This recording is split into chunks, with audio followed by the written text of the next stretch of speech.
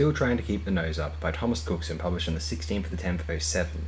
Doctor Who was probably right to end in 1989. This story, Remembrance of the Daleks and Survival, had brought closure to the show's unfinished business. The show knew it was going to end and it ended properly. And also there was a fear that given John Nathan Turner's disastrous track record, the success of season 25 and 26 might have been just a fluke, much like season 18. And maybe had the series survived them, it would have been unable to maintain that quality and would simply go downhill again, and so it was better to remember it ending on some kind of high. But to me, the show had fully regained its competence. With season 25, the show rediscovered its sense of fun again after such a long period of po-faced hard science, obsessive nerdishness, lethargic apathy, and self-loathing towards the end. The Greatest Show in the Galaxy was a perfect example of that triumph in an era where Doctor Who's budget was getting sliced. It manages to give us a vast and strange alien world, intense suspense, some genuinely frightening sequences, and all in all, it completely defies conventions of what is possible on TV when Doctor Who is on the cheap, even by its own standards. But even a maligned story like this was at least competent, as was Battlefield, and as such, I rather enjoy Silver Nemesis and Battlefield. Silver Nemesis may be the poor story of the season, but it is still done by a creative team that finally know what they are doing. The worst stories of the Barry Letts era tended to be lazy, patronising, cosy rubbish, but that's all they were meant to be, and all they needed to be. The first season of Silver Nemesis, in which the chief neo-Nazi nearly shoots an arrow into a rare bird specimen, is an effective hook, subtly engaging the casual viewer from the first shot. Imagine that, appealing to a casual viewer. The following scene, with the Doctor and Ace attending an open-air jazz performance in the summery sun, only to be shot at by your typical brainwashed enemy agent, goons, and having to dive into the local river to avoid them, seems to have that right sense of confidence and energy, and seems like a return to the cheap and cheerful mode.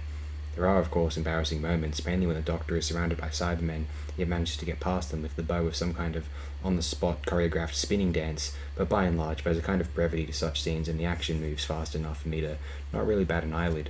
Compare with the static, lingering embarrassments and absence of damage control in Warriors of the Deep or the Twin Dilemma. In fact, I even take Silver Nemesis' reasonable, flippant moments over those of Russell's stories. The best way to explain why is that a Russell comedy moment is far more awkward.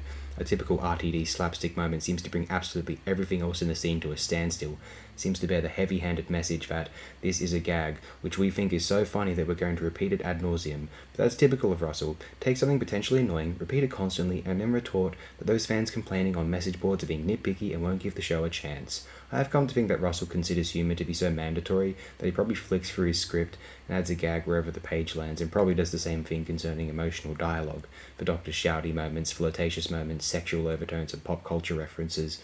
Here it just feels more natural, more spur of the moment, and spontaneous, so it's daft without feeling contrived, if you get me. Many of the Sylvester McCoy stories can be praised for their ideas and deeper themes.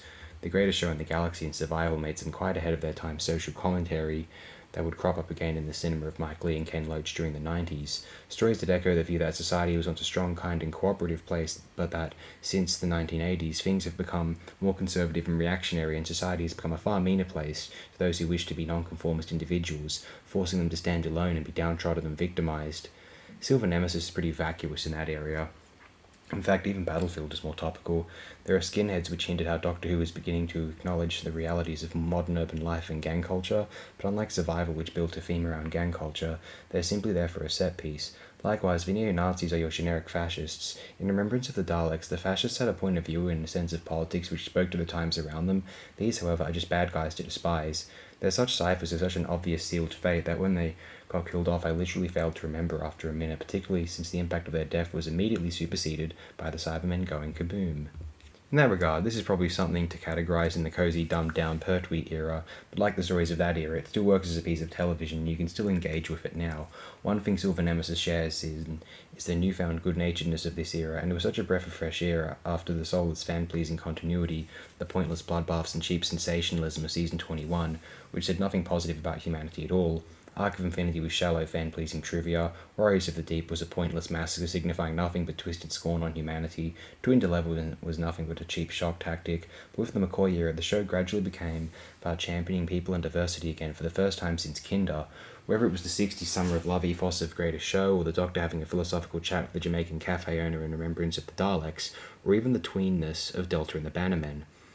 The scene where Lady Penford hitches a lift from that Yankee socialite woman who enthusiastically invites her to share a wine and a chinwag makes it clear that we're in a much more friendly environment than the belligerent, backstabbing and paranoid Say Waterverse.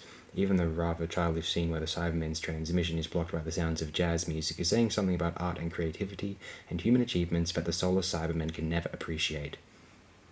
However, Silver Nemesis did inherit the Sewardian cavalier shoot-em-up attitude to the Cybermen, something that sadly hasn't gone away in the nasty modern Cyberman stories like Doomsday and Torchwood's Cyberwoman.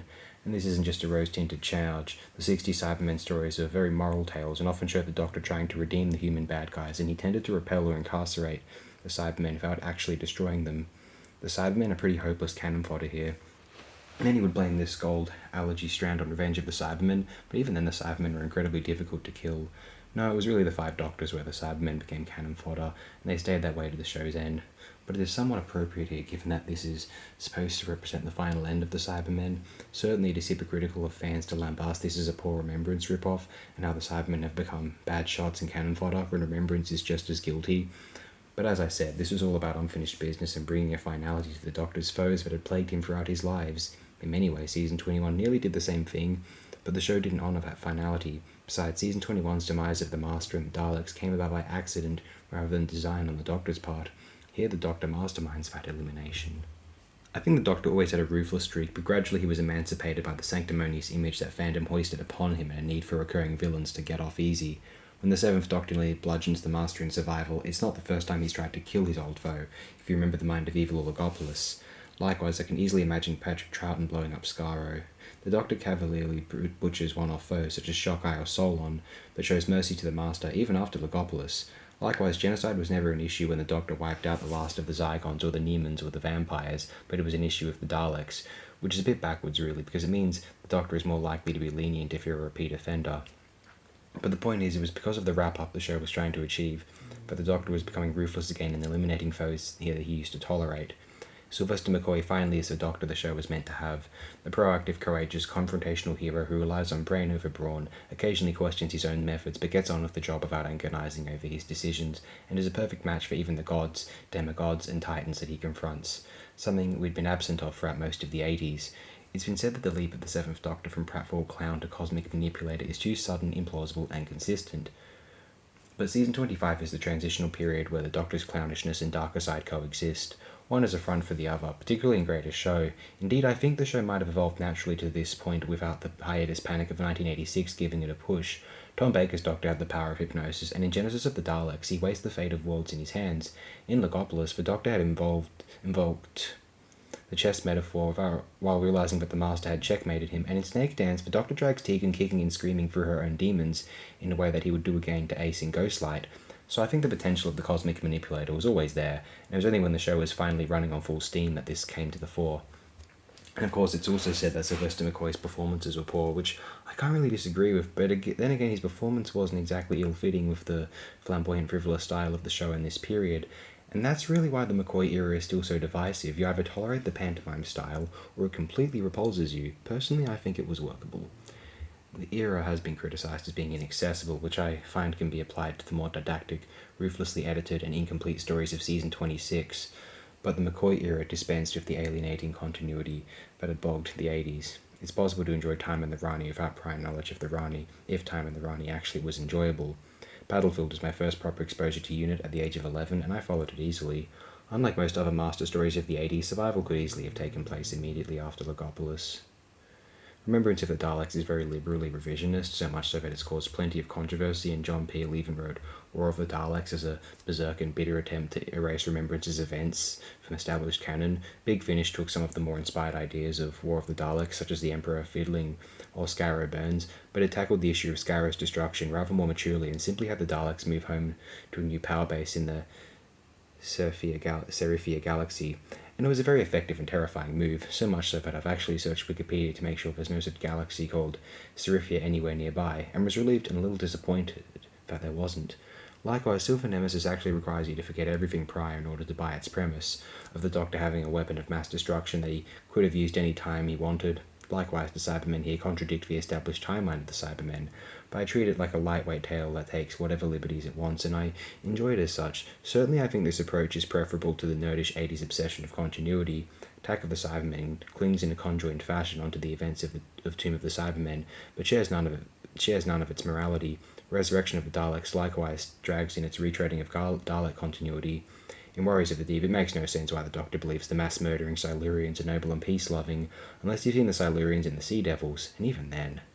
Even as a fan who is in on the humorless joke, I much prefer stories that are competent, original, and inspired enough to work in their own right. Silver Nemesis is for the undemanding viewer who doesn't mind some woeful and cheap action sequences as long as things explode, but I enjoy it nonetheless. Besides, isn't it nice to be able to wipe the slate clean and forget about the travesties of yesteryear, such as when the Doctor regenerated into the Boston Strangler in a Technicolor Dreamcoat, and the faster the story moves, the quicker it washes away the stain. But I must say that lore-wise I don't quite see the Cybermen having huge battle fleets seeking a weapon of mass destruction or killing their own human agents as the penalty of failure. Somehow I see the Daleks being more in that light. One issue I don't have a problem with is Lady Painfort's ability to travel in time. She has the bow of a Gallifreyan artifact which makes the sequence believable, and the sorcery and spells are just a bit of mumbo-jumbo to make it work televisually and symbolically. You can see by the interview in the making of Silver Nemesis documentary that John Nathan Turner was by now a lot more confident about the show in a very calm way, rather than the overblown, loud, and really rather insecure way the show and its producer had been beforehand. It's like after all those abominable years, John has actually become the right man for the job. First, he had to acknowledge under crisis that the show was not indestructible and needed care and dedication. Indeed, I'm going to invoke a rather crass metaphor and suggest that the McCoy era was the point where the show actually came out. I do actually think now that maybe in some strange anthropomorphizing way, the John Nathan Turner era is struggling with its sexuality. Now I'd hate to come across as echoing Russell T Davies' obnoxious remarks at his critics being somehow too straight to appreciate his oh-so-sensitive new series, but I'm going to describe a condition that to me best explains the transformation and newfound confidence of the John Nathan Turner era during this time. It starts off exaggeratedly masculine, trampling the camp frivolity of the previous era like a killjoy. It's got so many masculine qualities: stiff, pretentious, humorless, macho, belligerent, violent, misogynistic, exploitative, brooding, superficial, and more likely to prefer nouns to adjectives. In the crisis point, it becomes confused, schizophrenic, self-loathing, insecure, and attention-seeking. Eventually it comes out, bearing gay rainbow colours, as opposed to the more laser quest fluorescent colours of the Colin Baker era, which were simply a superficial detail to set the era apart from the Davison leftovers it otherwise was. A more flamboyant, confident, easygoing and frivolous personality, and becomes more social. It becomes more actively gay, doing stories like the Happiness Patrol and raising its fist against neo-Nazism and the family institution, and most significantly, concentrating on an adolescent coming to terms with the aspects of her personality that she has repressed for so long. Oh yes, then there's Ace. I don't know what they were thinking when they replaced Romana with Adric, or brought back the irascible Tegan after seemingly giving her the boot in Time Flight, but certainly it was a long time due for a good companion like Ace to compensate for all the dumb ciphers we'd had to suffer throughout most of the 80s. This isn't one of Sophie Aldred's better performances as Ace. That would be Greatest Show in the Galaxy or Survival, where she does very sublime work. But I like Ace, even though she shares many of the worst qualities of Rose. I see past Ace's moments of rudeness, belligerence, ageism, clinginess, and verbal diarrhea, but I'm less forgiving of Rose when she behaves that way, because Ace is more honest than Rose. She doesn't manipulate people or turn on the nice and smiles when she's not really sincere about it. You can trust Ace to be a woman of her word and heart, but I'd keep Rose at a barge pole's distance. And so when Ace dodges the lousy shot Cybermen and throws coins at them in the woeful action scenes, I find myself cheering her on all the same. I'm not going to pretend this is a great piece of television. Its action scenes are pretty woeful when you strip away the appealing fizzles and bangs. The conclusion actually is a substandard rip-off of Remembrance, with none of its wit or turning of the screw, and besides, exploding Cybermen is hardly a climax when it's been going on all the way through the story, but I like it. It inhabits its 3 episodes well and passes the time.